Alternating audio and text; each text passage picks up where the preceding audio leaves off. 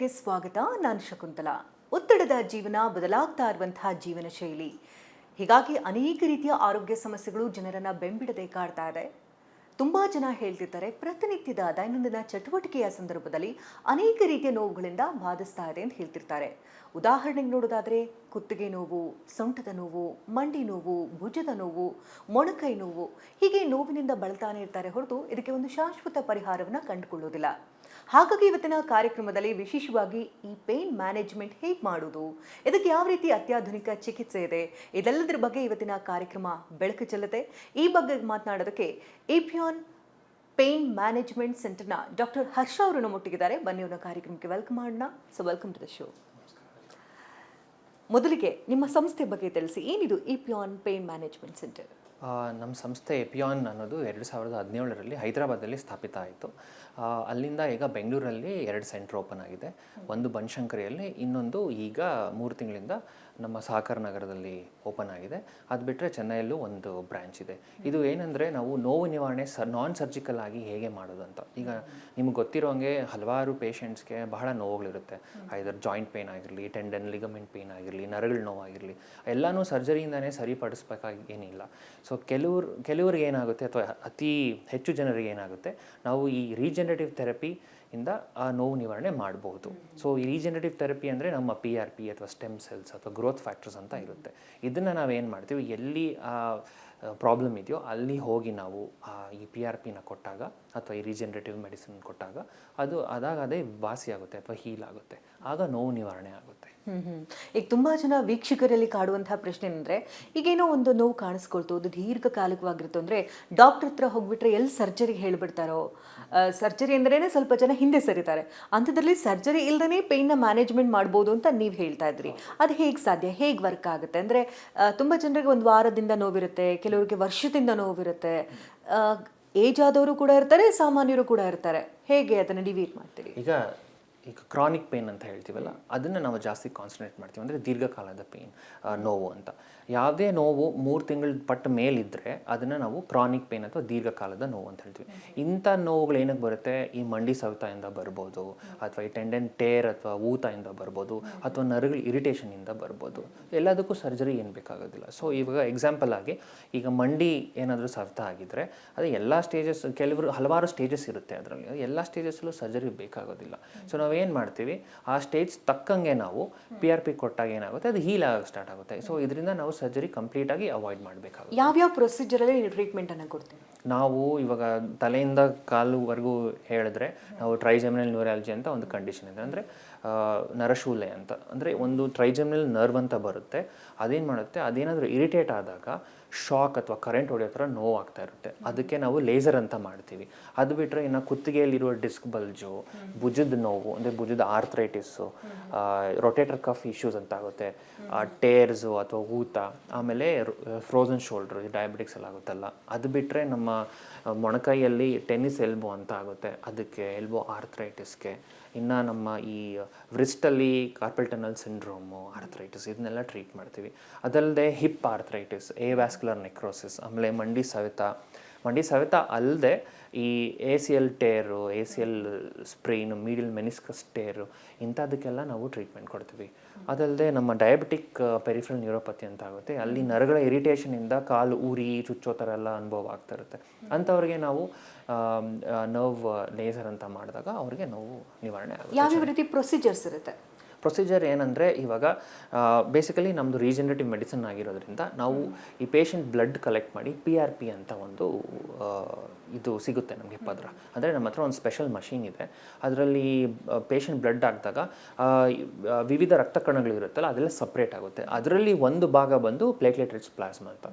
ಅದನ್ನು ತೊಗೊಂಡು ನಾವು ಏನು ಮಾಡ್ತೀವಿ, ಈ ಅಲ್ಟ್ರಾಸೌಂಡ್ ಮಷಿನ್ ಅಂತ ಇದೆ, ಅಥವಾ ಇದು ಎಕ್ಸ್ರೇ ಮಷಿನ್ ಅಂತ ಇದೆ, ಅದ್ರ ಮೂಲಕ ನೋಡಿಕೊಂಡು ನಾವು ಎಲ್ಲಿ ಪ್ರಾಬ್ಲಮ್ ಇದೆಯೋ ಅಲ್ಲೇ ಹೋಗಿ ಇಂಜೆಕ್ಟ್ ಮಾಡ್ತೀವಿ. ಆಗ ಆಗ ಪ್ರಾಬ್ಲಮ್ ಸಾಲ್ವ್ ಆಗುತ್ತೆ. ಅಂದ್ರೆ ಯಾವ ರೀತಿ ಸಾಲ್ವ್ ಆಗುತ್ತೆ ಅಂದ್ರೆ ಈ PRP ಕೊಡೋದ್ರಿಂದ ಹೇಗೆ? ಸೊ PRP ಅಂದರೆ ಹೆಸರಲ್ಲೇ ಇದ್ದಂಗೆ ಪ್ಲೇಟ್ಲೆಟ್ ರಿಚ್ ಪ್ಲಾಸ್ಮಾ ಅಂತ. ಸೊ ನಮ್ಮ ರಕ್ತದಲ್ಲಿ ಹಲವಾರು ರಕ್ತ ಕಣಗಳಿರುತ್ತೆ. ಇವಾಗ ಬಿಳಿ ರಕ್ತ ಕಣಗಳು, ಕೆಂಪು ರಕ್ತ ಕಣಗಳು, ಪ್ಲೇಟ್ಲೆಟ್ಸು, ಗ್ರೋತ್ ಫ್ಯಾಕ್ಟರ್ಸು ಮತ್ತು ಕೋಆಗ್ಯುಲೇಷನ್ ಫ್ಯಾಕ್ಟರ್ಸ್ ಅಂತ ಇರುತ್ತೆ. ಸೊ ನಮಗೆ ಇಂಟ್ರೆಸ್ಟ್ ಇರೋದು ಈ ಪ್ಲೇಟ್ಲೆಟ್ಸ್ ಅನ್ನೋದನ್ನು. ಸೊ ಇವಾಗ ಪ್ಲೇಟ್ಲೆಟ್ಸ್ ಇದು ಬ್ಲಡ್ ತೊಗೊಂಡು ಪ್ರಾಸೆಸ್ ಮಾಡಿದಾಗ ಪ್ಲೇಟ್ಲೆಟ್ ರಿಚ್ ಪ್ಲಾಸ್ಮಾ ಸಿಗುತ್ತಲ್ಲ, ಅದೇನಾಗುತ್ತೆ, ನಾವು ಇಂಜೆಕ್ಟ್ ಮಾಡಿದಾಗ ಅದು ಪ್ಲೇಟ್ಲೆಟ್ಸು ಅದು ಬರ್ಸ್ಟ್ ಆಗಿ ಗ್ರೋತ್ ಫ್ಯಾಕ್ಟರ್ಸ್ ರಿಲೀಸ್ ಆಗುತ್ತೆ. ಇವಾಗ ಹಲವಾರು ಗ್ರೋತ್ ಫ್ಯಾಕ್ಟರ್ಸ್ ರಿಲೀಸ್ ಆಗುತ್ತೆ. ಸೊ ಇವಾಗ ಮಂಡಿ ವಿಷಯಕ್ಕೆ ಬಂದಾಗ ಕಾರ್ಟಿಲೇಜಲ್ಲಿ ಕಾಂಡ್ರೋಸೈಟ್ಸ್ ಅಂತ ಇರುತ್ತೆ. ಆ ಕಾಂಡ್ರೋಸೈಟ್ಸು ಈ ಗ್ರೋತ್ ಫ್ಯಾಕ್ಟರ್ಸ್ನ ತೊಗೊಂಡು ಅದು ಮತ್ತೆ ಬೆಳೆಯೋಕ್ಕೆ ಸ್ಟಾರ್ಟ್ ಆಗುತ್ತೆ. ಸೊ ಅದು ಟೈಮ್ ತೊಗೊಳುತ್ತೆ. ಇವಾಗ ಕೊಟ್ಟ ಮೇಲೆ ಇಷ್ಟು ದಿನ ಅಂತ ಆಗುತ್ತಲ್ಲ, ಆವಾಗ ಅದು ಬೆಳೀಲಿಕ್ಕೆ ಸ್ಟಾರ್ಟ್ ಆಗುತ್ತೆ. ಅದಲ್ಲದೆ ಈಗ PRPಯಲ್ಲಿ ಹೆಚ್ಚಾಗಿ ಆ್ಯಂಟಿ ಇನ್ಫ್ಲಮೇಟರಿ ಆ್ಯಕ್ಷನ್ ಅಂತ ಆಗುತ್ತೆ. ಇವಾಗ ಮಂಡಿ ವಿಷ ತೊಗೊಂಡಾಗ ನೀವು ಬಹಳ ಇನ್ಫ್ಲಮೇಷನ್ ಆಗ್ತಾ ಇರುತ್ತೆ ಮಂಡಿ ಸವೆತದೆ ಅಂತ, ಅದು ಫಸ್ಟ್ ಕಡಿಮೆ ಆಗುತ್ತೆ. ಅದಾದಮೇಲೆ ಈ ಕಾರ್ಟಿಲೇಜ್ ರೀಜನ್ರೇಟ್ ಆಗೋಕ್ಕೆ ಸ್ಟಾರ್ಟ್ ಆಗುತ್ತೆ. ಅದಾದಮೇಲೆ ಏನಾಗುತ್ತೆ, ಸುತ್ತಮುತ್ತ ಇರೋ ಈ ಲಿಗಮೆಂಟ್ಸು, ಟೆಂಡನ್ಸ್ ಅವೂ ಏನಾದರೂ ಡ್ಯಾಮೇಜ್ ಆಗಿದ್ರೆ ಅದನ್ನು ಸರಿ ಹೋಗೋಕ್ಕೆ ಸ್ಟಾರ್ಟ್ ಆಗುತ್ತೆ. ಸೊ PRP ಅಂದ್ರೆ ಯಾವ ಏಜ್ ಗ್ರೂಪ್ ಅವರು ತಗೊಳ್ಬೋದು ಟ್ರೀಟ್ಮೆಂಟ್? ಇದಕ್ಕೆ ಏಜ್ ಗ್ರೂಪ್ ಅಂತ ಏನೂ ಇಲ್ಲ, ಯಾವುದೇ ಆದ ರೆಸ್ಟ್ರಿಕ್ಷನ್ ಇಲ್ಲ. ಈಗ ಸಣ್ಣ ವಯಸ್ಸದು ಟೀನೇಜರ್ಸಿಂದ ಹಿಡಿದು ಈಗ ತುಂಬ ಮುಪ್ಪಾಗಿರೋರಿಂದ 80-90 ಇಯರ್ಸ್ವರೆಗೂ ತೊಗೊಬೇಕು. ಯಾಕಂದರೆ ದೇಹದಲ್ಲಿ ರೀಜನರೇಟಿವ್ ಪ್ರಾಪರ್ಟಿ ಅನ್ನೋದು ಅದು ಹೋಗೋದಿಲ್ಲ, ಅದು ಹಾಗೆ ಇರುತ್ತೆ. ನಾವು ಈಗ ಕಾನ್ಸಂಟ್ರೇಟ್ ಮಾಡಿ ಆ ರೀಜನರೇಟಿವ್ ಪ್ರಾಪರ್ಟಿನ ಕೊಡ್ತಾ ಇರೋದ್ರಿಂದ ಅದು ಎಲ್ಲರಲ್ಲೂ ಕೆಲಸ ಮಾಡುತ್ತೆ. ಸೊ ಒಂದು PRP ಆಯಿತು, ನೆಕ್ಸ್ಟ್ ಲೇಸರ್ ಅಂತ ಹೇಳಿದ್ರಿ, ಅದು ಹೇಗೆ? ಲೇಸರ್ ಅಂದರೆ ಇವಾಗ ನಮ್ಮಲ್ಲಿ ಒಂದು ರೇಡಿಯೋ ಫ್ರೀಕ್ವೆನ್ಸಿ ಅಬ್ಲೇಷನ್ ಅಂತ ಇದೆ ಆ ಮಷೀನಲ್ಲಿ. ಅದೇನು ಮಾಡ್ತೀವಿ, ಎಸ್ಪೆಷಲಿ ಈ ನರಗಳ ಪ್ರಾಬ್ಲಮ್ ಇರೋರಿಗೆ, ಅಂದರೆ ಇವಾಗ ನಾನು ಹೇಳ್ದಂಗೆ ಈ ಟ್ರೈಜೆಮಿನಲ್ ನ್ಯೂರಾಲ್ಜಿಯಾ ಅಥವಾ ಡಯಾಬಿಟಿಕ್ ಪೆರಿಫೆರಲ್ ನ್ಯೂರೋಪತಿ, ಯಾವ ನರ ಇರಿಟೇಟ್ ಆಗಿದೆಯೋ ಅದ್ರ ಸುತ್ತ ಹೋಗಿ ಥರ್ಮಲ್ ಅಬ್ಲೇಷನ್ ಅಂತ ಮಾಡ್ತೀವಿ. ಅದು ಮಾಡಿದಾಗ ಏನಾಗುತ್ತೆ, ಅದ್ರ ಸುತ್ತ ಒಂದು ಮ್ಯಾಗ್ನೆಟಿಕ್ ಮತ್ತು ಎಲೆಕ್ಟ್ರಿಕಲ್ ಫೀಲ್ಡ್ ಕ್ರಿಯೇಟ್ ಆಗಿ ಅದು ನರ ಸ್ವಲ್ಪ ಇನ್ಯಾಕ್ಟಿವ್ ಆಗುತ್ತೆ. ನರಕ್ಕೇನು ತೊಂದರೆ ಆಗೋದಿಲ್ಲ, ಅದು ಇನ್ಯಾಕ್ಟಿವ್ ಆಗುತ್ತೆ. ಸೊ ಅವಾಗ ಅವ್ರಿಗೆ ಹಲವಾರು ತಿಂಗಳಿಗೆ ಅಥವಾ ಹಲವಾರು ವರ್ಷಗಳು ಪೇನ್ ರಿಲೀಫ್ ಆಗುತ್ತೆ. ಸೊ ಇದನ್ನೇ ನಾವು ಲೇಸರ್ ಅಂತ. ಡಯಾಬಿಟಿಕ್ ಇರೋರಿಗೆ ಇದು ತುಂಬಾ ಹೆಲ್ಪ್ಫುಲ್ ಅಂತ ಹೇಳಿ, ತುಂಬ ಹೆಲ್ಪ್ಫುಲ್ ಆಗುತ್ತೆ. ಸೊ ಮತ್ತೊಂದು ಟ್ರೀಟ್ಮೆಂಟ್ ಅಂತ ಹೇಳಿದ್ರಿ, ಇದು ಪ್ರೋಲೋಥೆರಪಿ ಅಂತ ಒಂದು ಮಾಡ್ತೀವಿ. ಪ್ರೋಲೋಥೆರಪಿ ಏನಂದರೆ ಇವಾಗ ಡೆಕ್ಸ್ಟ್ರೋಸ್ ಅಂತ ಬರುತ್ತೆ. ನಮ್ಮ ಸಾಮಾನ್ಯವಾಗಿ ಈ ಶುಗರ್ ತುಂಬ ಕಡಿಮೆ ಆಗಿರುತ್ತಲ್ಲ, ಅಂಥ ಪೇಷಂಟ್ಸಲ್ಲಿ ಕೊಟ್ಟಾಗ ಅವ್ರಿಗೆ ಲೋ ಶುಗರ್ ಆಗಿರೋರಲ್ಲಿ ಅಂಥವ್ರು ಕೊಡ್ತೀವಿ. ಇದನ್ನೇ ನಾವು ಏನಾಗುತ್ತೆ, ಇವಾಗ ಎಲ್ಲಿ ಇನ್ಫ್ಲಮೇಷನ್ ಆಗ್ತಿದೆಯೋ, ಇವಾಗ ಒಂದು ಟೆಂಡನ್ ಭುಜದಲ್ಲಿ ಟೆಂಡನ್ ಇನ್ಫ್ಲಮೇಷನ್ ಆಗಿದೆ ಅಂದ್ಕೊಳ್ಳಿ, ಅಲ್ಲಿ ಅದಕ್ಕೆ PRP ಅಗತ್ಯ ಇರೋದಿಲ್ಲ. ಅವಾಗ ಏನಾಗುತ್ತೆ, ನಾವು ಪ್ರೋಲೋಥೆರಪಿ ಅಂತ ಮಾಡ್ತೀವಿ. ಆ ಡೆಕ್ಸ್ಟ್ರೋಸ್ನೇ ಒಂದು 3-4 ml ಅಲ್ಟ್ರಾಸೌಂಡ್ ಮೂಲಕ ನೋಡ್ಕೊಂಡು ಕೊಟ್ಟಾಗ ಏನಾಗುತ್ತೆ, ಅದರಲ್ಲೂ ಆ್ಯಂಟಿ ಇನ್ಫ್ಲಮೇಟರಿ ಪ್ರಾಪರ್ಟೀಸ್ ಇರುತ್ತೆ. ಆ ಆ್ಯಂಟಿ ಇನ್ಫ್ಲಮೇಟರಿ ಪ್ರಾಪರ್ಟೀಸಿಂದ ಅದು ಕಡಿಮೆ ಆಗುತ್ತೆ ಆ ಊತ. ಅದಲ್ಲದೆ ನ್ಯೂಟ್ರಿಷನ್ ಕೂಡ ಕೊಡುತ್ತೆ, ಯಾಕಂದರೆ ಇಟ್ ಇಸ್ ಡೆಕ್ಸ್ಟ್ರೋಸ್ ಅಲ್ವಾ, ಅಂದರೆ ಶುಗರ್. ಸೊ ಅದೇನಾಗುತ್ತೆ, ಆ ನ್ಯೂಟ್ರಿಷನ್ ಕೊಡುತ್ತೆ. ಆಗ ಅದು ಹೀಲಾಗಿ ವಾಸಿ ಆಗುತ್ತೆ. ಇನ್ನು ಕ್ಯಾನ್ಸರ್ವರೆಗೂ ಕೂಡ ಟ್ರೀಟ್ಮೆಂಟ್ ಕೊಡ್ತಾರೆ ಅಂತ ಹೇಳಿ. ಕ್ಯಾನ್ಸರ್ ಅಂದರೆ ಇವಾಗ ಕ್ಯಾನ್ಸರಲ್ಲಿ ಕೆಲವರಿಗೆ ಮಾತ್ರೆಗಳಿಂದ ನೋವು ಕಡಿಮೆ ಆಗೋದಿಲ್ಲ, ಅಂಥವ್ರಿಗೆ ನಾವು ರೇಡಿಯೋ ಲೇಸರ್ ಅಂತ ಹೇಳಿದ್ನಲ್ಲ, ಈ ಬೆನ್ನಿಂದ ಇರೋ ನರಗಳು, ಅದು ಹೊಟ್ಟೆ ನೋವು ಇರೋರಿಗೆ ಅಂಥವ್ರಿಗೆ, ಅಥವಾ ಇಲ್ಲಿ ಒಳಗಡೆ ಪೆಲ್ವಿಕ್ ರೀಜನಲ್ ನೋವು ಇರೋರಿಗೆ ಲೇಸರ್ ಮಾಡಿ ನೋವು ನಿವಾರಣೆ ಮಾಡ್ಬೋದು. ಅವ್ರಿಗೆ ಬಹಳ ಲಾಂಗ್ ಟರ್ಮ್ ಪೇನ್ ರಿಲೀಫ್ ಸಿಗುತ್ತೆ. ಈ ಸ್ಪೋರ್ಟ್ಸ್ ಆಡುವಂಥ ಸಂದರ್ಭದಲ್ಲಿ ಇಂಜುರಿಗಳಾಗಿರುತ್ತೆ, ತುಂಬ ಕೆಲವೊಮ್ಮೆ ಆಕ್ಸಿಡೆಂಟ್ಗಳಲ್ಲೂ ಕೂಡ ಇಂಜುರೀಸ್ ಆಗಿರುತ್ತೆ. ಅದೇನೆಂದರೆ ಲೈಫ್ ಲಾಂಗ್ ಪೇನ್ ಅನುಭವಿಸ್ತಾ ಇರ್ತಾರೆ. ಯಾವಾಗಲೂ ಪೇನ್ ಕಿಲ್ಲರ್ ತೊಗೊಳ್ಬೇಕು ಅಥವಾ ಎಕ್ಸ್ಟರ್ನಲ್ ಅಪ್ಲಿಕೇಶನ್ ಮೊರೆ ಹೋಗ್ತಾರೆ. ಎಕ್ಸಸೈಸ್ ಮಾಡಿದ್ವಿ, ಏನು ಮಾಡಿದ್ರು ಕೂಡ ಪೇನ್ ಕಡಿಮೆ ಆಗ್ತಿಲ್ಲ ಅಂತವ್ರೆ. ಸೊ ಅಂಥವ್ರಿಗೆ ಇದೊಂದು ವರದಾನ ಅಂತ ಹೇಳ್ಬೋದಾ? ಡೆಫಿನೆಟ್ಲಿ ಅಂಥವ್ರಿಗೆ ಇದು ವರದಾನ. ಯಾಕಂದರೆ ನಾವು ಸ್ಪೋರ್ಟ್ಸಲ್ಲಿ ತುಂಬ ಇನ್ವಾಲ್ವ್ ಆಗಿರೋರಿಗೆ ಏನಾಗುತ್ತೆ, ಅವ್ರು ರಿಪೀಟೆಡ್ ಆಗಿ ಅವ್ರಿಗೆ ಇಂಜುರಿ ಆಗ್ತಾ ಇರುತ್ತೆ, ಏಟ್ ಆಗ್ತಾ ಇರುತ್ತೆ. ಏನಂದರೆ ಅದಕ್ಕೆ ಸ್ವಲ್ಪ ರೆಸ್ಟು ಅಥವಾ ಫಿಸಿಯೋಥೆರಪಿ ಮಾಡ್ತಿದ್ರೆ ಸರಿ ಹೋಗುತ್ತೆ, ಬಟ್ ಕಂಪ್ಲೀಟಾಗಿ ಸರಿ ಹೋಗೋದಿಲ್ಲ. ಅವಾಗ ಏನಾಗುತ್ತೆ, ನಾವು ಈ ರೀಜನರೇಟಿವ್ ಮೆಡಿಸಿನ್ನ ಉಪಯೋಗಿಸ್ಕೊಂಡ್ರೆ ಅವರಿಗೆ ಅದು ಹೀಲ್ ಆಗೋದೇ ಅಲ್ಲ, ಸ್ಟ್ರಾಂಗ್ ಕೂಡ ಆಗುತ್ತೆ. ಸೊ ಅವ್ರು ಮತ್ತೆ ಅವರ ಏನು ಸ್ಪೋರ್ಟ್ಸ್ ಇದೆ ಅದನ್ನು ಮತ್ತೆ ಅವರು ಮಾಡ್ಕೊಬೋದು. ಅದು ಈ ಸೆಡೆಂಟರಿ ಲೈಫ್ ಸ್ಟೈಲ್ ಅಂತ ಏನಿರುತ್ತೆ, ತುಂಬ ಜನ ಬೆಳಗ್ಗೆಯಿಂದ ಸಂಜೆವರೆಗೂ ಕೂತ್ಕೊಂಡೇ ಕೆಲಸ ಮಾಡ್ತಿರ್ತಾರೆ, ಕೆಲವರು ನಿಂತ್ಕೊಂಡೇ ಕೆಲಸ ಮಾಡ್ತಿರ್ತಾರೆ, ಕೆಲವರು ಭಾರ ಎತ್ತದ್ರಲ್ಲೇ ಇರ್ತಾರೆ. ಸೊ ಇಂಥವರಲ್ಲಿ ಈ ಪೇಯ್ನ್ ಜಾಸ್ತಿನಾ, ಅಥವಾ ಇನ್ ಕೇಸ್ ಅವ್ರಿಗೆ ಪೇಯ್ನ್ ಅಲ್ವಾ ಈ ಕಾಮನ್ ಆಗಿ ಕೆಲಸ ಮಾಡ್ತಿದ್ದೀನಿ ಹಾಗಾಗಿ ಬರ್ತಿದೆ ಅಂತ ನೆಗ್ಲೆಕ್ಟ್ ಮಾಡಿದ್ರೆ ಏನಾಗಬಹುದು? ಸಿವಿಯರ್ ಕೇಸಸ್ಗೆ ಏನಾದ್ರು ಹೋಗುತ್ತಾ? ಹೌದು, ಇವಾಗ ಸೆಡೆಂಟ್ರಿ ಲೈಫ್ ಸ್ಟೈಲ್ ಇವಾಗ ಸರ್ವೇ ಸಾಮಾನ್ಯ ಆಗೋಗಿದೆ, IT-BT ಎಲ್ಲ ಬಂದು. ಸೊ ಅಂಥವ್ರಿಗೆ ಏನಾಗುತ್ತೆ, ಕುತ್ಕೊಂಡಿದ್ದ ಕಡೆನೇ ಕುತ್ಕೊಂಡು ಕೆಲಸ ಮಾಡೋವಾಗ ಮೂಮೆಂಟ್ಸ್ ಆಗೋದಿಲ್ಲ. ಸೊ ಮೂಮೆಂಟ್ಸ್ ಆಗದೆ ಇರುವಾಗ ಏನಾಗುತ್ತೆ, ಮಸಲ್ ವೀಕ್ನೆಸ್ ಆಗೋದು, ಕಾರ್ಟಿಲೇಜ್ ಡ್ಯಾಮೇಜ್ ಆಗೋದೆಲ್ಲ ಆಗ್ತಾ ಇರುತ್ತೆ. ಸೊ ನಮಗೆ ಇತ್ತೀಚೆಗೆ ಯಂಗ್ ಪೇಷಂಟ್ಸ್ ಅಂದರೆ ಒಂದು 45-40 ವರ್ಷದ ಅವರಲ್ಲೂ ಮಂಡಿ ನೋವು ಕಾಣಿಸ್ಕೊಳ್ತಾ ಇದೆ, ಭುಜ ನೋವು ಕಾಣಿಸ್ಕೊಳ್ತಾ ಇದೆ. ಅಂಥವ್ರಿಗೂ ಇದು ಭಾಳ ಹೆಲ್ಪ್ ಆಗುತ್ತೆ. ಅದ್ರ ಜೊತೆಗೆ ಅವ್ರು ಸ್ವಲ್ಪ ಆ್ಯಕ್ಟಿವಿಟಿ ಇಂಪ್ರೂವ್ ಮಾಡಿಕೊಂಡ್ರೆ ಇನ್ನೂ ಚೆನ್ನಾಗಿ ಅವ್ರಿಗೆ ಹೆಲ್ಪ್ ಆಗುತ್ತೆ. ಈಗ ಮಕ್ಕಳಲ್ಲಿ ನಾವು ಹೆಚ್ಚಾಗಿ ವಿಚಾರ ನೋಡ್ತಾ ಇರೋದಂದ್ರೆ ಈಗ ಮೊಬೈಲ್ ಯೂಸ್ ಯಾವಾಗ ಸ್ಟಾರ್ಟ್ ಆಯ್ತು ಆಫ್ಟರ್ ಕೊರೋನಾ ನೋಡೋದಾದ್ರೆ ತುಂಬ ಮಕ್ಕಳು ಈ ಕುತ್ತಿಗೆ ನೋವು ಅಂತ ಹೇಳ್ತಿರ್ತಾರೆ ಮತ್ತು ಅವ್ರ ಪೋಸ್ಚರ್ಸ್ ಕೂಡ ಚೇಂಜ್ ಆಗ್ತಾ ಇದೆ. ತುಂಬ ಪೇರೆಂಟ್ಸ್ಗಳು ಕೂಡ ಕಂಪ್ಲೇಂಟ್ ಮಾಡ್ತಿರ್ತಾರೆ. ಸೊ ಇನ್ ಕೇಸ್ ಈ ಮಕ್ಕಳನ್ನ ಇದು ಕಾಮನ್ ಅಂತ ಏನಾದರೂ ಬಿಟ್ಬಿಟ್ರೆ ತೊಂದರೆ ಆಗುತ್ತಾ? ಯಾವಾಗ ತೋರಿಸ್ಕೊಳ್ಬೇಕು ಅವ್ರಿಗೆ ಯಾವ ರೀತಿ ಟ್ರೀಟ್ಮೆಂಟ್ ಇದೆ? ಖಂಡಿತ ಇದು ಸುಮ್ಮನೆ ಏನೋ ಸುಮ್ಮನೆ ಕಾರಣಕ್ಕೆ ನೋವು ಬರ್ತಾ ಇದೆ ಅಂತ ಹಂಗೆ ಬಿಟ್ಟರೆ ಇದು ಕ್ರಾನಿಸಿಟಿಗೆ ಹೋಗುತ್ತೆ, ಅಂದರೆ ಕ್ರಾನಿಕ್ ಪೇನ್ ಆಗೋ ಸಾಧ್ಯತೆ ಇರುತ್ತೆ. ಅದರಿಂದ ಅವರಿಗೆ ಲೈಕ್ ಜೀವನ ನಡೆಸೋದು ಮುಂದೆ ಕಷ್ಟ ಆಗ್ಬೋದು. ಸೊ ಅಂಥವ್ರಿಗೂ ನಾವು ಏನು ಮಾಡ್ತೀವಿ, PRP ಏನು ಬೇಕಾಗಲ್ಲ. ಇವಾಗ ಮೊಬೈಲ್ ಜಾಸ್ತಿ ಬಳಕೆ ಆಗೋದ್ರಿಂದ ಏನಾಗುತ್ತೆ, ಅದನ್ನು ಬಗ್ಗಿ ನೋಡೋದ್ರಿಂದ ಕುತ್ತಿಗೆ ನೋವು ಬರುತ್ತೆ. ಇಲ್ಲೆಲ್ಲ ಈ ಭುಜದ ಸುತ್ತ ಟ್ರಿಗರ್ ಪಾಯಿಂಟ್ಸ್ ಅಂತ ಆಗುತ್ತೆ. ಅದನ್ನು ನಾವು ಆರಾಮಾಗಿ ರಿಲೀಸ್ ಮಾಡೋ ಮೂಲಕ ನೋಡ್ಕೊಬೋದು. ಈ ಕಾರ್ಯಕ್ರಮ ನೋಡ್ತಾ ಇರುವಂಥ ವೀಕ್ಷಕರಿಗೆ ಈಗ ಬೇರೆ ಬೇರೆ ಭಾಗದಿಂದ ನೋಡ್ತಿರ್ತಾರೆ. ಈ ಪಿಯಾನ್ ಪೇನ್ಸ್ ಏನಂದರೆ ಬ್ಯಾಂಗ್ಳೂರಲ್ಲಿ 2 ಕಡೆ ಇದೆ. ಸೊ ಇಲ್ಲಿ ಬಂದರೆ ಟ್ರೀಟ್ಮೆಂಟ್ ತೊಗೊಂಡು ವಾಪಸ್ ಹೋಗ್ಬೋದಾ ತಮ್ಮೂರಿಗೆ, ಅಥವಾ ಇಲ್ಲೇ ಉಳ್ಕೊಳ್ಬೇಕಾಗುತ್ತಾ, ಹೇಗೆ ಅಂತ? ಇಲ್ಲ, ನಮ್ಮದು ನಾನ್ ಸರ್ಜಿಕಲ್ ಟ್ರೀಟ್ಮೆಂಟ್ಸ್ ಬೇಸಿಕಲಿ, ಆಮೇಲೆ ಡೇ ಕೇರ್ ಟ್ರೀಟ್ಮೆಂಟ್ಸು. ಸೊ ಏನಾಗುತ್ತೆ ಅಂದರೆ, ಇವಾಗ ಪೇಷಂಟ್ ಈಗ ಈ ಟೈಮಿಗೆ ಬಂದರೆ ಅವ್ರು ಇವಾಗ ಪ್ರೊಸೀಜರ್ಗಂತ ಬಂದಿರ್ತಾರೆ ಅಂತ ಅಂದ್ಕೊಳ್ಳಿ. ಈಗ ಅವ್ರಿಗೆ PRP ಏನಾದರೂ ಇದ್ದರೆ PRP ಪ್ರಾಸೆಸ್ ಅದಕ್ಕೆ ಒಂದು ಅರ್ಧ ಗಂಟೆ ಅಷ್ಟೇ ಆಗುತ್ತೆ. ನಮ್ಮ ಪ್ರೊಸೀಜರ್ ಒಂದು 10 ರಿಂದ 15 ನಿಮಿಷ ಆಗುತ್ತೆ, OT ಒಳಗಡೆ ಶಿಫ್ಟ್ ಮಾಡೋದು. ಅದಾಗಿ ಒಂದು ಅರ್ಧ ಗಂಟೆ ಪೇಷಂಟ್ನ ನಮ್ಮ ಸೆಂಟ್ರಲ್ಲೇ ಇಟ್ಕೊಂಡಿರ್ತೀವಿ. ಅಲ್ಲಿ ಅವಾಗ ನಾವು ಅವ್ರದ್ದು ವೈಟಲ್ಸ್ ಮಾನಿಟರ್ ಮಾಡೋದು ಅಥವಾ ಫಿಸಿಯೋಥೆರಪಿ ಮಾಡಿಸೋದು ಮಾಡ್ತೀವಿ. ಅದಾದ ನಂತರ ಅವರು ನಡ್ಕೊಂಡೇ ಹೋಗ್ಬೋದು ಮನೆಗೆ. ಸೊ ಇಲ್ಲಿ ಅಡ್ಮಿಷನ್ ಅಂತ ಯಾವುದೂ ಇರೋದಿಲ್ಲ. ಪೇಷಂಟ್ ಇವಾಗ ಈ 11 ಗಂಟೆಗೆ ಬಂದರೆ ವಾಪಸ್ ಅವರು 12:30 1 ಗಂಟೆಗೆ ಮನೆಗೆ ಹೋಗ್ಬೋದು, ನಡ್ಕೊಂಡೇ ಹೋಗ್ಬೋದು. ಸೊ ಈ ಪ್ರೊಸೀಜರ್ ಎಷ್ಟು ದಿನಕ್ಕೊಮ್ಮೆ ಮಾಡಿಸ್ಬೇಕಾಗುತ್ತೆ, ಹೇಗೆ?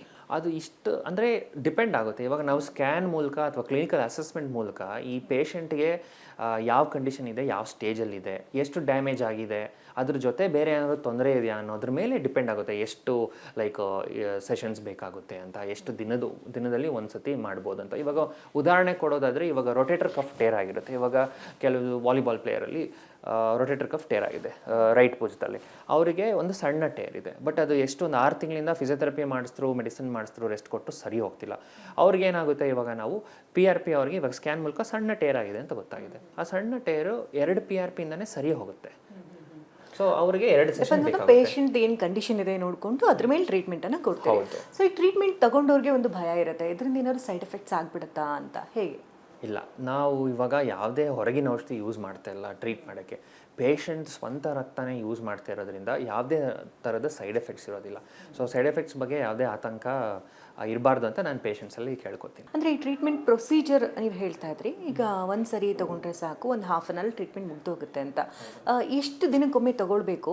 ಜೊತೆಗೆ ಈಗ ಒಂದು ಸರಿ ಟ್ರೀಟ್ಮೆಂಟ್ ಕಂಪ್ಲೀಟ್ ಆದಮೇಲೆ ಮತ್ತೆ ಏನಾದರೂ ಮತ್ತೆ ತಗೊಳ್ಳೋ ಅವಶ್ಯಕತೆಗಳಿರುತ್ತಾ? ಅದನ್ನು ಮ್ಯಾನೇಜ್ಮೆಂಟ್ ಮಾಡೋದು ಹೇಗೆ? ಇಲ್ಲ, ನಾನು ಮೊದಲೇ ಹೇಳ್ದಂಗೆ ಅದು ಯಾವ ಕಂಡೀಷನ್, ಎಷ್ಟು ಡ್ಯಾಮೇಜ್ ಆಗಿದೆ ಅದ್ರ ಮೇಲೆ ಡಿಪೆಂಡ್ ಆಗುತ್ತೆ. ಈಗ ಭುಜದ ಉದಾಹರಣೆ ಕೊಟ್ಟಾಗ ಆ ಸ್ಮಾಲ್ ಟೇರ್ ಏನಿರುತ್ತಲ್ಲ, 2 PRP ಯೂಶಲಿ 2 ವಾರದ ಇಂಟರ್ವಲಲ್ಲಿ ಕೊಡ್ತೀವಿ. ಸೊ ಅದಾದಮೇಲೆ ಅವ್ರನ್ನ ಮತ್ತೆ 1 ತಿಂಗಳ ನಂತರ ಕರಿತೀವಿ ನಾವು ಅಸೆಸ್ ಮಾಡೋಕ್ಕೆ ಅಷ್ಟೇ. ಅದಾದಮೇಲೆ ಅವ್ರಿಗೆ ಕಂಪ್ಲೀಟಾಗಿ ವಾಸಿ ಆಗಿದ್ರೆ ಮತ್ತೆ ಇನ್ನೊಂದು ಇಂಜೆಕ್ಷನ್ ಅವಶ್ಯಕತೆ ಇರೋದಿಲ್ಲ. ಮತ್ತೆ ಅದೇ ಕಂಡೀಷನ್ ರೀಅಕರ್ ಆಗೋ ಚಾನ್ಸಸ್ಗಳೇನಾದರೂ ಇರುತ್ತಾ? ಚಾನ್ಸಸ್ ಇರುತ್ತೆ, ಬಟ್ ಹೆಚ್ಚಿನ ಪೇಷಂಟ್ಸಲ್ಲಿ ರಿಕರ್ ಆಗೋದು ನಾವು ನೋಡಿಲ್ಲ. ಲೈಫ್ ಸ್ಟೈಲ್ ಬ್ಯಾಲೆನ್ಸ್ ಹೇಗಿರಬೇಕು? ಲೈಫ್ ಸ್ಟೈಲ್ ಬ್ಯಾಲೆನ್ಸ್ ಹೇಗಿರಬೇಕು ಅಂದರೆ, ಈಗ 2 ಥರ ಲೈಫ್ ಸ್ಟೈಲ್ ಇದೆ. ಒಂದು lifestyle sedentary lifestyle, ಕೂತ್ಕೊಂಡಿದ್ದ ಕಡೆನೇ ಎಲ್ಲ ಆಗಬೇಕು ಅನ್ನೋದು. ಅವರಲ್ಲಿ ಆ್ಯಕ್ಟಿವಿಟೀಸ್ ಇರೋದಿಲ್ಲ, ಅದ್ರ ಜೊತೆಗೆ ಅವರ ಆಹಾರ ಪದ್ಧತಿಗಳು ಅಷ್ಟು ಚೆನ್ನಾಗಿರೋದಿಲ್ಲ. ಇನ್ನೊಂದು ಕಡೆ ಎಕ್ಸಸಿವ್ ಆಗಿ ಮಾಡ್ತಿರ್ತಾರಲ್ಲ, ಅಂದರೆ ಈ ವ್ಯಾಯಾಮಗಳಾಗಲಿ, ಇದು ಜಿಮ್ ಆಗಲಿ, ಇದೆಲ್ಲ ಜಾಸ್ತಿ ಮಾಡ್ತಿರ್ತಾರೆ. ಇವಾಗ ಈ ಸೆಡೆಂಟ್ರಿ ಲೈಫ್ ಸ್ಟೈಲ್ ಇರೋರಲ್ಲಿ ಏನಾಗುತ್ತೆ, ತೂಕ ಹೆಚ್ಚಾಗಿರುತ್ತೆ. ಮೋಸ್ಟ್ಲಿ ಅವ್ರ ತೂಕ ಹೆಚ್ಚಾಗಿರ್ತಾರೆ. ಅಂಥವರಲ್ಲಿ ಹೆಚ್ಚಾಗಿ ಪ್ರಾಬ್ಲಮ್ಸ್ ಬರೋದು ಏನಂದರೆ, ಈ ಕುತ್ತಿಗೆ ನೋವು ಮತ್ತು ಈ ಮಂಡಿ ನೋವು ಮತ್ತು ಈ ಆ್ಯಂಕಲ್ ಪೇನ್ಸ್ ಜಾಸ್ತಿ ಬರುತ್ತೆ. ಇನ್ನು ಎಕ್ಸೆಸಿವ್ ಆಗಿ ಎಕ್ಸಸೈಸು, ಜಿಮ್ಮಿಂಗು, ಇದು ವೆಯ್ಟ್ ಲಿಫ್ಟಿಂಗ್ ಮಾಡೋರಲ್ಲಿ ಅವ್ರಿಗೂ ಅಷ್ಟೇ ಅದು ಭುಜದ ನೋವು. ಅದು ಬಿಟ್ಟರೆ ಈ ಲಿಗಮೆಂಟ್ ಸ್ಟ್ರೈನಿಂದ ಈ ಆ್ಯಂಕಲ್ದು ನೋವು ಮತ್ತು ಈ ಸೊಂಟದ ನೋವು ಇಂಥದ್ದು ಹೆಚ್ಚಾಗಿ ಬರುತ್ತೆ ಅಂಥವ್ರಲ್ಲಿ. ಸೊ ಯಾವುದೇ ಒಂದು ಸಮಸ್ಯೆ ಬರುತ್ತೆ ಅಂತಂದರೆ ಅದಕ್ಕೆ ಮೂಲ ಕಾರಣವನ್ನು ಹುಡುಕಬೇಕಾಗುತ್ತೆ. ಈಗಷ್ಟೇ ನೀವು ಹೇಳಿದ್ರೆ, ಈಗ ತುಂಬ ಓವರ್ ವೆಯ್ಟ್ ಇದ್ದರೆ ಈ ಥರ ಪೇನ್ಸ್ಗಳೆಲ್ಲ ಜಾಸ್ತಿ ಅಂತ. ಸೊ ವೆಯ್ಟ್ ಲಾಸ್ಗೂ ಕೂಡ ಟ್ರೀಟ್ಮೆಂಟ್ ಕೊಡ್ತೀರಾ ನಿಮ್ಮಲ್ಲಿ? ವೆಯ್ಟ್ ಲಾಸ್ ಟ್ರೀಟ್ಮೆಂಟ್ ಅಂದರೆ ನಾವು ಫಸ್ಟ್ ಆಫ್ ಆಲ್ ಪೇಷಂಟ್ ಯಾವ ಕಾರಣಕ್ಕೆ ವೆಯ್ಟ್ ಗೈನ್ ಆಗಿದೆ ಅನ್ನೋದನ್ನು ಅಸೆಸ್ ಮಾಡ್ತೀವಿ. ಫಸ್ಟು ಅವರ ಆಹಾರ ಪದ್ಧತಿಯಿಂದನ ಅಥವಾ ಸೆಡೆಂಟ್ರಿ ಲೈಫ್ ಸ್ಟೈಲಿಂದ ಅಥವಾ ಜೆನೆಟಿಕ್ ಹೆರಿಡಿಟರಿ ರೀಸನ್ಸಿಂದ ಅಂತ. ಅದ್ರ ತಕ್ಕನಂಗೆ ನಾವು ಡಯಟ್ ಚಾರ್ಟ್ ಮಾಡಿಕೊಡ್ತೀವಿ. ಅದಲ್ಲದೆ ಕೆಲವು ಎಕ್ಸಸೈಸ್ ಹೇಳ್ಕೊಡ್ತೀವಿ ಅವರಿಗೆ, ಲೈಕ್ ವೆಯ್ಟ್ ಲಾಸ್ ಆಗೋ ಥರ ಮಾಡೋಂಗೆ. ಹಂಗೆ ಡಯಟ್ ಚಾರ್ಟ್ ಕೊಟ್ಟಾಗ ಏನಾಗುತ್ತೆ, ಅವ್ರದನ್ನು ಚಾಚು ತಪ್ಪದಂಗೆ ಪಾಲಿಸಿದ್ರೆ ವೆಯ್ಟ್ ಲಾಸ್ ಆಗುತ್ತೆ ಖಂಡಿತ. ಈಗ ನಾವು ಮಾರ್ಕೆಟಲ್ಲಿ ನೋಡೋದಾದ್ರೆ ತುಂಬಾ ಪೇನ್ ಮ್ಯಾನೇಜ್ಮೆಂಟ್ ಸೆಂಟರ್ಸ್ ಇದೆ. ವೈ ಎಪಿಯೋನ್ ಅಂತಂದರೆ ಯಾಕೆ ಚೂಸ್ ಮಾಡಬೇಕು ಅಂತ? ಏನಕ್ಕೆ ಅಂತ ಹೇಳಿದ್ರೆ ನಾವು ಈ integrated pain treatment, integrated regenerative pain treatment ಅಂತ ಫಸ್ಟ್ ಸ್ಟಾರ್ಟ್ ಮಾಡಿದ್ದು ಎಪಿಯೋನೇ. ಈಗ ನಮ್ಮ ಯಾವುದೇ ಪ್ರೋಟೋಕಾಲ್ ಇರಲಿ, ಮಂಡಿ ನೋವಾಗಲಿ, ಭುಜದ ನೋವಾಗಲಿ, ಅಥವಾ ಈ ಆ್ಯಂಕಲ್ ಪೇಯ್ನು ಅಥವಾ ಡಿಸ್ಕ್ ಪ್ರಾಬ್ಲಮ್ಗಾಗಲಿ, ಒಂದು ಪ್ರೋಟೋಕಾಲ್ ಅಂತ ಕರೆಕ್ಟಾಗಿ ತಂದಿದ್ದು ಎಪಿಯೋನ್ ಡಾಕ್ಟರ್ ಸುಧೀರ್ ದಾರಾ ಸರ್ ಅವರು ರಿಸರ್ಚ್ ಮಾಡಿ ಹಲವಾರು ವರ್ಷಗಳಿಂದ. ಸೊ ಇದು ಈ ಥರ ಮಾಡಿದ್ರೆ ವಾಸಿಯಾಗುತ್ತೆ, ಈ ಥರ ಮಾಡಿದ್ರೆ ಪೇಷಂಟ್ಗೆ ಬೆನಿಫಿಟ್ ಆಗುತ್ತೆ ಅಂತ ಅವರು ಒಂದು ಪ್ರೋಟೋಕಾಲ್ ತಂದರು. ಆಯಿತಾ, ಮೊದಲಿಂದ ಇತ್ತು ರೀಜನರೇಟಿವ್ ಮೆಡಿಸಿನ್, ಪೇಯ್ನ್ ಮೆಡಿಸಿನ್ ಅನ್ನೋದು, ಬಟ್ ಎಲ್ಲೂ ಸರಿಯಾದ ಪ್ರೋಟೋಕಾಲ್ಸ್ ಇರಲಿಲ್ಲ. ಆ ಪ್ರೋಟೋಕಾಲ್ಸನ್ನು ತಂದಿದ್ದೇ ನಾವು. ಸೊ ನಮ್ಮಲ್ಲಿ ಆ ಪ್ರೋಟೋಕಾಲ್ಸ್ ತಂದಿರೋದ್ರಿಂದ ನಿಮಗೆ ಇಲ್ಲಿ ಬಂದಾಗ ಹೆಚ್ಚಾಗಿ ಬೆನಿಫಿಟ್ ಆಗುತ್ತೆ. ಸೊ ನಿಮ್ಮ ಒಂದು ಪೇಷಂಟ್ ಹಿಸ್ಟ್ರಿ ಅಲ್ಲಿ ನೋಡೋದಾದರೆ ಯಾವುದು ತುಂಬ ಕಾಂಪ್ಲಿಕೇಶನ್ ಅಂತ ಅನ್ನಿಸ್ತು, ಮತ್ತು ಸಕ್ಸಸ್ ಆಗಿರೋ ರೇಟ್ಸ್ ಎಷ್ಟಿದೆ? ನಮ್ಮಲ್ಲಿ ನೋಡಬೇಕಂದ್ರೆ ಇವಾಗ ಹೈದರಾಬಾದು, ಈ ಬೆಂಗಳೂರು, ಚೆನ್ನೈದೆಲ್ಲ ಸೇರಿಸ್ಕೊಂಡ್ರೆ ಈ ಮಂಡಿ ವಿಷಯಕ್ಕೆ ಬಂದರೆ ಸಕ್ಸಸ್ ರೇಟ್ ಬಂದು 85 to 90% ಇದೆ. ಆಯಿತಾ, ಭುಜದ ಬಂದರೆ ಒಂದು 85, ಅದು 80 to 85% ಇದೆ. So it is very high rate ಹೇಳಬೇಕು.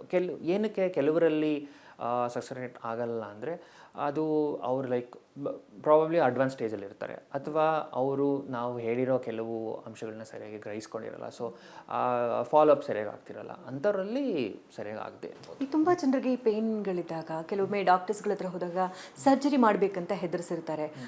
ತುಂಬ ಜನ ಸರ್ಜರಿ ಮಾಡಲೇಬೇಕೇನೋ ಅನ್ನೋ ಒಂದು ಭಯದಿಂದನೇ ಡಾಕ್ಟರ್ ಹತ್ರ ಹೋಗ್ತಿರೋದಿಲ್ಲ. ಸೊ ಸರ್ಜರಿ ಇಲ್ಲದೇನೆ ನಿಮ್ಮ ಹತ್ರ ಟ್ರೀಟ್ಮೆಂಟ್ ತಗೊಳ್ಬೋದು ಅಂತಂದರೆ ಅದು ಮ್ಯಾನೇಜ್ ಮಾಡೋಕ್ಕೆ ಸಾಧ್ಯನಾ? ಖಂಡಿತ. ಈಗ ಸರ್ಜರಿ ಯಾರಲ್ಲಿ ಬೇಕು ಅಂತ ಅದನ್ನು ಸರ್ಜನ್ ಡಿಸೈಡ್ ಮಾಡ್ತಾರೆ, ಬಟ್ ಎಲ್ಲ ಕಂಡೀಷನ್ಸಲ್ಲೂ ಸರ್ಜರಿ ಬೇಕಾಗೋದಿಲ್ಲ. ಈ ಸರ್ಜರಿ ಯಾವ ಕಂಡೀಷನ್ಸಲ್ಲಿ ಬೇಕಾಗಲ್ವೋ ಅದಕ್ಕೆ ನಮ್ಮ ಈ ಪೇಯ್ನ್ ಮ್ಯಾನೇಜ್ಮೆಂಟ್ ಮತ್ತು ರೀಜನರೇಟಿವ್ ಮೆಡಿಸಿನ್ ಇದ್ದೇ ಇದೆ. ಕೆಲವರಲ್ಲಿ ಸರ್ಜರಿ ಬೇಕಾಗಿರೋರಲ್ಲೂ ಕೆಲವರು ಸರ್ಜರಿ ಮಾಡಿಸ್ಕೊಳ್ಳೋಕೆ ಹಿಂದೆ ಮುಂದೆ ನೋಡ್ತಾ ಇರ್ತಾರೆ.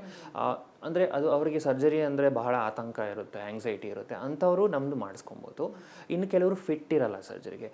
ಈಗ ತುಂಬ ಹಾರ್ಟ್ ಪ್ರಾಬ್ಲಮ್ಸ್, ಲಿವರ್ ಪ್ರಾಬ್ಲಮ್ಸ್ ಇರೋರು, ಕಿಡ್ನಿ ಪ್ರಾಬ್ಲಮ್ಸ್ ಇರೋರು, ಕೆಲವರು ಸರ್ಜರಿಗೆ ಫಿಟ್ ಇರಲ್ಲ, ಅವ್ರಿಗೆ ರಿಸ್ಕ್ ಇರುತ್ತೆ, ಅಂಥವರು ನಮ್ಮಲ್ಲಿ ಬಂದು ಸೇಫಾಗಿ ಮಾಡಿಸ್ಕೊಂಡು ಹೋಗ್ಬೋದು. ಸೊ ಫೈನಲಿ ವೀಕ್ಷಕರಿಗೆ ಏನು ಹೇಳೋಕ್ಕೆ ಬಯಸ್ತೀರಿ ಕಾರ್ಯಕ್ರಮದ ಮುಖ್ಯವಾಗಿ?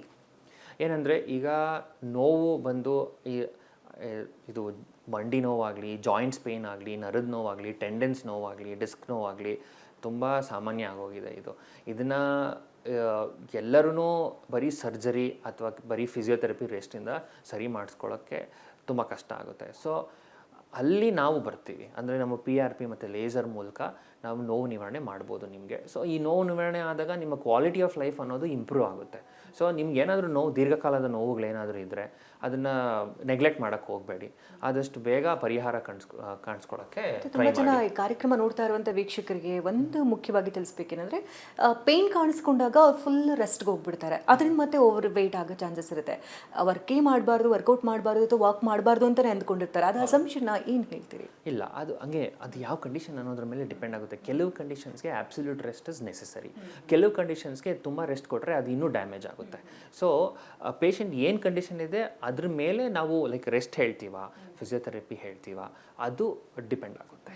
ಸೊ ರೀತಿ ಪೇಯ್ನಿಂದ ಬಳಲ್ತಾರೋ ಏನಾದರೂ ಟೆಸ್ಟ್ಗಳ ರಿಪೋರ್ಟ್ಗಳೇನಾದರೂ ತೊಗೊಂಡು ಬರಬೇಕಾಗುತ್ತಾ ನಿಮ್ಮ ಹತ್ರ? ಹೌದು, ನೀವು ಇವಾಗ ನಿಮ್ಮ ಮೊದಲೇ ಏನಾದರೂ ಟೆಸ್ಟ್ ಮಾಡಿಸಿದ್ರೆ MRIಯೋ ಅಥವಾ ಎಕ್ಸ್ರೇನೋ, ರಕ್ತ ಪರೀಕ್ಷೆ ಏನಾದರೂ ಮಾಡಿಸಿದ್ರೆ ಅದನ್ನು ತೊಗೊಂಬರ್ಬೋದು. ನಮ್ಮಲ್ಲೂ ಕೂಡ ಅಲ್ಟ್ರಾಸೌಂಡ್ ಇದೆ. ಸೊ ನಾವು ಇವಾಗ ಮಂಡಿ ಅಥವಾ ಭುಜದ ನೋವು ಏನಾದರೂ ಇದ್ದರೆ ಅದರಲ್ಲಿ ಏನಾದರೂ ಟೇರ್ಸ್ ಆಗಿದೆ ಅಥವಾ ಕಾರ್ಟಿಲೇಜ್ ಎಷ್ಟು ಡ್ಯಾಮೇಜ್ ಆಗಿದೆ ಅನ್ನೋದನ್ನ ನಾವು ಇದ್ರ ಮೂಲಕ ನೋಡ್ಕೋತೀವಿ. ಇವಾಗ PRP ಪೇಷಂಟ್ಗೆ ಏನಾದರೂ ಥೆರಪಿಗೆ ಏನಾದರೂ ಪೇಷಂಟ್ನ ನಾವು ಇದು ಹಾಕೊಂಡ್ರೆ ಆವಾಗ ನಾವು ಕೆಲವು ರಕ್ತ ಪರೀಕ್ಷೆ, ಬೇಸಿಕ್ ರಕ್ತ ಪರೀಕ್ಷೆಗಳು ಮಾಡಿಸ್ತೀವಿ. ಅದು ಎಲ್ಲರಿಗೂ ಮಾಡಿಸ್ಲೇಬೇಕಾಗುತ್ತೆ ಅದು. ಸೊ ಅದನ್ನು ಮಾಡಿಸ್ತೀವಿ ಅಷ್ಟೇ. ಸೊ ಈ ಸೆಂಟರಲ್ಲಿ ಸ್ಪೆಷಲಿ ಏನು ಫೆಸಿಲಿಟೀಸ್ ಇದೆ?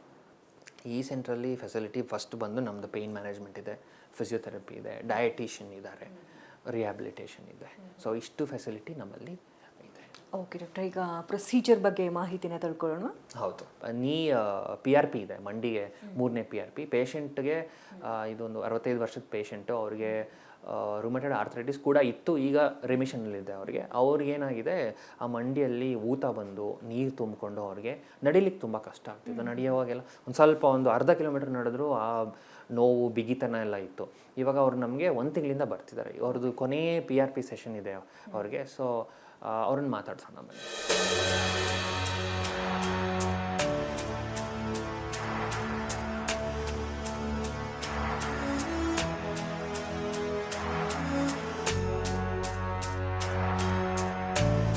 ಅವ್ರು 1 ತಿಂಗಳಿಂದ ಬರ್ತಿದ್ದಾರೆ. ಅವ್ರಿಗೆ ನಾವು ಫಸ್ಟ್ ಸೆಷನಲ್ಲಿ ಲೇಸರ್ ಮಾಡಿ 2 PRP ಮಾಡಿದ್ದೀವಿ ಆಗಲೇ.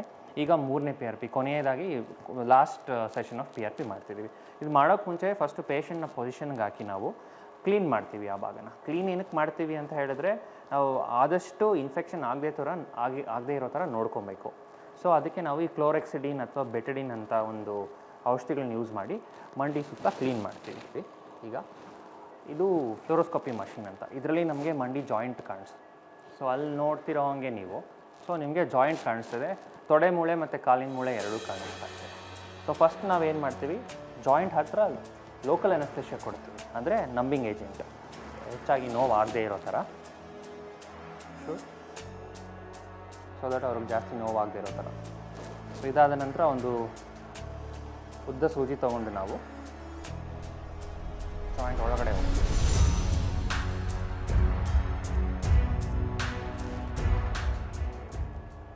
ಸೊ ಅದು ಜಾಯಿಂಟ್ ಒಳಗಡೆ ಹೇಗೆ ನಮ್ಮ PRP ಸ್ಪ್ರೆಡ್ ಆಗುತ್ತೆ ಅಂತ ತೋರಿಸ್ತಾ ಇದೆ. ಸೊ ಅದು ಇವಾಗ ಹೆಚ್ಚಾಗಿ ಕೊಡ್ತಿರೋದ್ರಿಂದ ಅದು ಪೂರ್ತಿ ಜಾಯಿಂಟ್ ಸುತ್ತಮುತ್ತ ಎಲ್ಲ ಸ್ಪ್ರೆಡ್ ಆಗುತ್ತೆ. ಹಾಗೆ ಎಲ್ಲಿ ಕಾರ್ಟಿಲೇಜ್ ಡ್ಯಾಮೇಜ್ ಆಗಿದೆಯೋ ಅಲ್ಲೋಗಿ ಕೂತ್ಕೊಳ್ಳುತ್ತೆ ಅದು. ಸೊ ನೀವು ನೋಡ್ತಿರೋಂಗೆ ಸುತ್ತಮುತ್ತ ಸ್ಪ್ರೆಡ್ ಆಗಿದೆ ನೋಡಿ ಅಲ್ಲಿ. ಸೊ ನಾವು ಅಲ್ಟ್ರಾಸೌಂಡ್ ಯೂಸ್ ಮಾಡ್ತೀವಿ. ಅಲ್ಟ್ರಾಸೌಂಡಲ್ಲಿ ನೀರೇನಾದರೂ ತುಂಬ್ಕೊಂಡಿದೆಯಾ ಅಥವಾ ಈಗ ಸುತ್ತಮುತ್ತ ಏನಾದರೂ ಇನ್ಫ್ಲಮೇಷನ್ ಇದೆಯಾ ಅದೆಲ್ಲ ಕಾಣಿಸುತ್ತೆ ನೋಡಿ. ಸ್ವಲ್ಪ ನೀರು ತುಂಬ್ಕೊಂಡಿದೆ ಇವರಿಗೆ, ಹೆಚ್ಚಾಗೇನಿಲ್ಲ, ಕಡಿಮೆ ನೀರು, ಸ್ವಲ್ಪ ನೀರು ತುಂಬ್ಕೊಂಡಿದೆ. ಹಾಗೆ ಕಾರ್ಟಿಲೇಜ್ ಹೇಗಿದೆ ಅಂತ ಗೊತ್ತಾಗುತ್ತೆ. ಸೊ ಮಂಡಿನ ಸ್ಕ್ಯಾನ್ ಮಾಡ್ತೀವಿ ನಾವು. ಮಂಡಿನ ಸ್ಕ್ಯಾನ್ ಮಾಡಿದಾಗ ನಮಗೆ ಈಗ ನೀರೇನಾದರೂ ತುಂಬ್ಕೊಂಡಿದೆಯಾ, ಕಾರ್ಟಿಲೇಜಸ್ ದಪ್ಪ ಇದೆ, ಸುತ್ತಮುತ್ತ ಸ್ಟ್ರಕ್ಚರ್ಸ್ ಹೆಂಗಿದೆ, ಈ ಮೆನಿಸ್ಕಸ್ ಹೇಗಿದೆ ನೋಡಿ, ಇದು ಮೆನಿಸ್ಕಸ್ ಹೆಂಗಿದೆ ಅಂತ ಕಾಣಿಸುತ್ತೆ. ಅದೆಲ್ಲ ಗೊತ್ತು. ಸರ್ ಸ್ವಲ್ಪ ಮಂಡಿ ಮಡಿಸ್ತೀರಾ, ಸ್ವಲ್ಪ ಕಾಲು ಮಡ್ಸ್ಕೊತೀರಾ? ಹಾಂ, ಪೂರ್ತಿ ಮಡ್ಸ್ಕೊಳ್ಳಿ. ಓಕೆ, ಕಾರ್ಟಿಲೇಜ್ ಎಷ್ಟು ಬೆಳೆದಿದೆ ಅಂತಲೂ ಗೊತ್ತಾಗುತ್ತೆ ನಮಗೆ, ಎಷ್ಟು ಥಿಕ್ನೆಸ್ ಆಗಿದೆ ಅಂತ.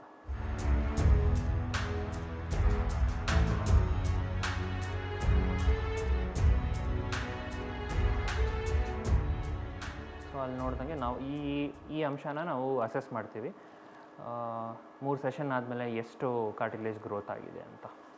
ಸೊ ಇವ್ರಿಗೆ ಸ್ವಲ್ಪ ಫ್ಲೂಯಿಡ್ ತುಂಬ್ಕೊಂಡಿದೆ. ಸೊ ಈ ಫ್ಲೂಯಿಡ್ನ ನಾವು ತೆಗಿತೀವಿ. ಇನ್ನೊಂದು 5ರಿಂದ 10 ml ಇರುತ್ತೆ, ಅದನ್ನು ತೆಗೆದು ಅವ್ರನ್ನ ಕಳಿಸ್ತೀವಿ ನಾವು. ಇದಾದ ನಂತರ ಅವ್ರಿಗೆ ಫಿಸಿಯೋಥೆರಪಿ ಹೇಳ್ಕೊಡ್ತೀವಿ ಹೇಗೆ, ಯಾಕಂದರೆ ಸುತ್ತಮುತ್ತ ಮಸಲ್ಸ್ ಏನಿರುತ್ತೆ ಅದೆಲ್ಲ ವೀಕ್ ಇರುತ್ತೆ, ಅದೆಲ್ಲ PRP ಇಂದ ಒಂದರಿಂದನೇ ಸರಿ ಹೋಗೋದಿಲ್ಲ. ಸೊ ಅವರಿಗೆ ಫಿಸಿಯೋಥೆರಪಿ, ಕ್ವಾಡ್ರಿಸೆಪ್ಸ್ ಆಗಲಿ, ಈ ಹ್ಯಾಮ್ಸ್ಟ್ರಿಂಗ್ಸ್ ಆಗಲಿ, ಅಡಕ್ಟರ್ಸ್ ಅಂತ ಗ್ರೂಪ್ ಆಫ್ ಮಸಲ್ಸ್ ಇರುತ್ತೆ. ಈ ಮಸಲ್ಸ್ ಫಿಸಿಯೋಥೆರಪಿ ಮಾಡಿಸಿದಾಗ ಅವ್ರಿಗೆ ನೀ ಸ್ಟ್ರೆಂತ್ ಚೆನ್ನಾಗಿ ಬರುತ್ತೆ. ಆಗ ಓವರಾಲ್ ಅವ್ರಿಗೆ ಇಂಪ್ರೂವ್ಮೆಂಟ್ ಚೆನ್ನಾಗಾಗುತ್ತೆ.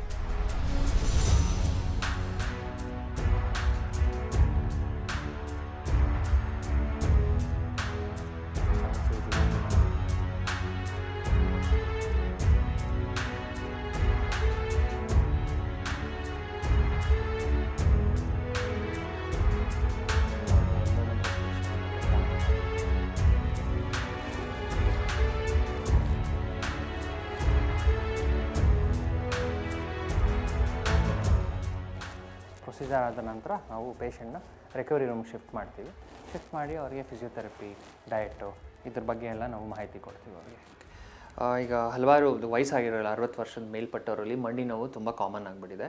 ಅದು ಏನಕ್ಕಂತ ಹೇಳ್ತೀನಿ. ಫಸ್ಟ್ ಆಫ್ ಆಲು, ಈಗ ನಮ್ಮ ಮಂಡಿಯಲ್ಲಿ 2 ಮೂಳೆಗಳಿರುತ್ತೆ. ಮೊದಲು ಒಂದು ಬಂದು ಈ ಥೈ ಬೋನ್ ಅಂತ ಅಥವಾ ತೊಡೆಯ ಮೂಳೆ, ಇನ್ನೊಂದು ಬಂದು ಕಾಲಿನ ಮೂಳೆ ಅಂತ. ಸೊ ಆ ಮೂಳೆಗಳ ಕೊನೆಯಲ್ಲಿ ಏನಾಗುತ್ತೆ, ಕಾರ್ಟಿಲೇಜ್ ಅಂತ ಒಂದು ಇರುತ್ತೆ. ಇದು ಕುಷನ್ ಅನ್ನೋದನ್ನು ಕೊಡ್ತಾ ಇರುತ್ತೆ. ಆ ಕುಷನ್ ಏನಾಗುತ್ತೆ, ಈಗ ಏಜ್ ಆಗ್ತಾ ಡಿಜೆನ್ರೇಟ್ ಆಗುತ್ತೆ. ಅಂದರೆ ಆ ಕಾರ್ಟಿಲೇಜು ಸವಿಯುತ್ತಾ ಬರುತ್ತೆ. ಆ ಸವಿತಾ ಬಂದಾಗ ಏನಾಗುತ್ತೆ, ನೋವು ಸ್ಟಾರ್ಟ್ ಆಗುತ್ತೆ, ಅವ್ರಿಗೆ ಇನ್ಫ್ಲಮೇಷನ್ ಆಗಿ ನೋವು ಸ್ಟಾರ್ಟ್ ಆಗುತ್ತೆ. ಸೊ ನಾವೇನು ಮಾಡ್ತೀವಿ, ನಾವು ಪೇಷಂಟ್ದ ಬ್ಲಡ್ ತೊಗೊಂಡು PRP ಮಾಡಿದಾಗ ನಾವು ಅಲ್ಟ್ರಾಸೌಂಡ್ ಅಥವಾ ಫ್ಲೂರೋಸ್ಕೋಪಿ ಅಥವಾ CM ಮೂಲಕ ನೋಡಿಕೊಂಡು ಅಲ್ಲಿ ಹೋಗಿ ಎಲ್ಲಿ ಡ್ಯಾಮೇಜ್ ಆಗಿದೆಯೋ ಅಲ್ಲೇ ಹೋಗಿ ಆ PRP ಕೊಡ್ತೀವಿ. ಆಗೇನಾಗುತ್ತೆ, ಅದು ರೀಜನ್ರೇಟ್ ಆಗೋಕ್ಕೆ ಸ್ಟಾರ್ಟ್ ಆಗುತ್ತೆ. ನನ್ನ ಹೆಸರು MS ರೇವಣ್ಣ ಅವರಂತ. ನಾನು KR ಪುರಂನಿಂದ ಬರ್ತಾಯಿದ್ದೀನಿ. ನನ್ನ ಏಜ್ ಬಂದು 76 ಇಯರ್ಸ್. ಈ ನನ್ನ ಕಾಲು ನೋವು ಬಂದು, ಮಂಡಿ ನೋವು ಬಂದು 10 ಇಯರ್ಸಿಂದ ಇತ್ತು. ನಾನು ಸಾಕಷ್ಟು ಕಡೆ ಮೆಡಿಸಿನ್ಸ್ ತೊಗೊಂಡೆ, ಆದರೆ ಅದೇನು ಅಷ್ಟು ಇದಾಗಲಿಲ್ಲ. ಒಂದು ಸಾರಿ ನಾನು TV ಯಲ್ಲಿ ನೋಡಿದಾಗ EP1 ಪೇನ್ ಮ್ಯಾನೇಜ್ಮೆಂಟ್ ಅಂತ ನೋಡಿದೆ, ಬಂದು ಇಲ್ಲಿ ಕನ್ಸಲ್ಟ್ ಮಾಡಿದೆ. ಸೊ ಅವರು 3 ಟ್ರೀಟ್ಮೆಂಟ್ ತೊಗೊಳ್ಬೇಕಂದರು. First and second, third CRP ಇದು PRP ತೊಗೊಳ್ಬೇಕಂದೇಳು. ಆ ರೀತಿ ನಾನು ತೊಗೊಳ್ಲಿಕ್ಕೆ ಬಂದಿದ್ದೀನಿ. ಇದು ಥರ್ಡ್ PRP ನಂದು. ಬಟ್ ಈಗ ನನಗೆ 99% ವಾಸಿಯಾಗಿದೆ. ನಾನು ಮೆಟ್ಲ ಹತ್ತೀನಿ, ವಾಕಿಂಗ್ ಹೋಗ್ತಿದ್ದೀನಿ, ಎಲ್ಲ ಮಾಡ್ತಾಯಿದ್ದೀನಿ. ವರ್ಲ್ಡ್ ಕ್ಲಾಸ್ ಟ್ರೀಟ್ಮೆಂಟ್ ಇದೆ. ಟ್ರೀಟ್ಮೆಂಟಲ್ಲಿ ತುಂಬ ಈಸಿಯಾಗಿದೆ, ಯಾವುದೇ ಪೇನ್ ಇರಲ್ಲ. ಮತ್ತು ಫಸ್ಟ್ ಟ್ರೀಟ್ಮೆಂಟಲ್ಲೇ ನಮಗೆ ಸುಮಾರಾಗಿ ಗುಣ ಕಾಣ್ತದೆ. ಫಸ್ಟ್ ಟ್ರೀಟ್ಮೆಂಟಲ್ಲೇ ಆರಾಮಾಗಿಬಿಡ್ತದೆ.